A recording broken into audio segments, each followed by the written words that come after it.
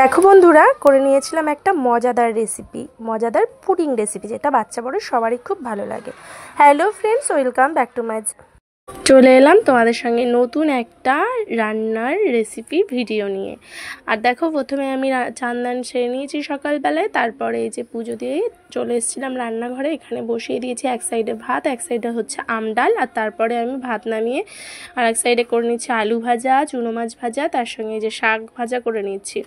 তো এবার আমি কি করব বন্ধুরা, এখানে আজকে রান্না হলো দেখতেই পেলে, আমডাল করে নিয়েছি, আর হচ্ছে চুনো মাছ ভাজা, আলু ভাজা, শাক ভাজা, আর এখানে চিংড়ি মাছ ভেজে নিচ্ছি। চিংড়ি মাছটা দিয়ে একটা তরকারি হবে, তো সেটা করার জন্য চিংড়ি মাছটা ভেজে নামিয়ে নিয়েছি। তারপর আলু আর ডাঁটা আমি রাঁধুনি ফোড়ন দিয়ে ভালো করে কষিয়ে নিচ্ছি। আর এখানে দেখো জিরে, সাদা সর্ষে, কাঁচা লঙ্কা বেটে নিচ্ছি। তো দেখো আমার বাটা হয়ে গেছে। এবার আমি এই মশলাটাকে দিয়ে আমি তার মধ্যে স্বাদ মতো লবণ, হলুদ গুঁড়ো, লঙ্কার গুঁড়ো দিয়ে ভালো করে কষিয়ে নেব। কষিয়ে নিয়ে এর মধ্যে দিয়ে দেব সামান্য একটু জল। খুব বেশি ঝোল এটা আমি করব না, এটাকে একটু শুকনো শুকনো রান্না হবে। তো দেখো আমি জলটা দিয়ে দিয়েছি।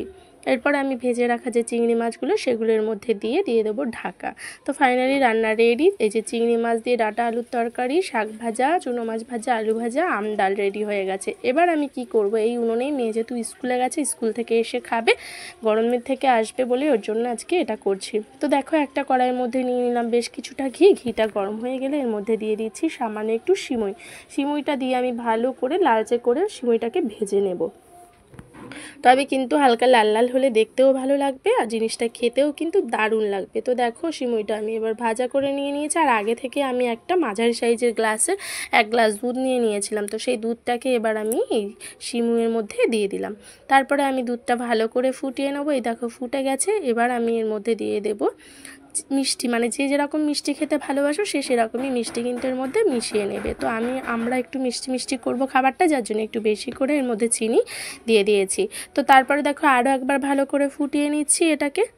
তো এটা যখন আরও একবার ভালো করে ফুটে যাবে, তারপরে আমি এর মধ্যে অ্যাড করব একটা পাউডার। তো এই পাউডারটার নাম হচ্ছে আগার আগার জেলি পাউডার। তো তোমরা অনেকে এটা দোকানে আমি খুঁজে পাচ্ছিলাম না, যার জন্য অনলাইন থেকে আমি নিয়েছি। তো তোমরাও চাইলে কিন্তু ফ্লিপকার্ট হোক, মানে আমি ফ্লিপকার্ট থেকে নিয়েছি, তো তোমরাও চাইলে কিন্তু ফ্লিপকার্ট হোক, যেখানে মানে যে কোনো অনলাইন থেকে তোমরা কিন্তু নিতে পারো। তো দেখো আমি সেই আগার আগার পাউডারটাকে এর মধ্যে মিক্স করে নিলাম।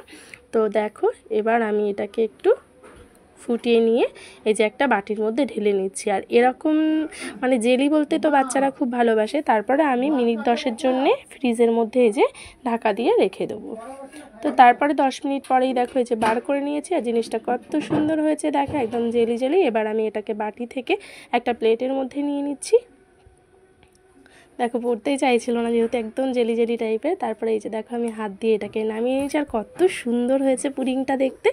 তো তোমাদের কেমন লাগলো অবশ্যই লাইক কমেন্ট করে জানিও। আর এটা কিন্তু বাচ্চা বড় সবাই খুব মজা করে খাবে। আমার বাড়িতে সবাই কিন্তু খুব মজা করে খেয়েছে, আমারও খুব ভালো লেগেছে। তো আমার ভিডিও তোমাদের কেমন লাগলো বন্ধুরা, অবশ্যই লাইক কমেন্ট করে জানিও। আর এরকম নতুন নতুন রেসিপি পেতে চ্যানেলটিকে সাবস্ক্রাইব করে সাথে থাকা বেল আইকন বাজিয়ে দিয়ে পাশে থেকো।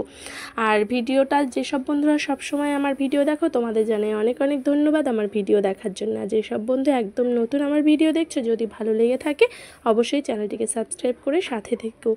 তো বন্ধুরা আজ ভিডিওটা এখানেই শেষ করব। তার আগে একটু দেখিয়ে দিচ্ছি, এই যে দেখো বিকেলবেলায় খেয়ে নিয়েছিলাম একটু ফুচকা মা মেয়ে মিলে। তো তোমাদের কেমন লাগে ফুচকা অবশ্যই কমেন্ট করে আমাকে জানিও।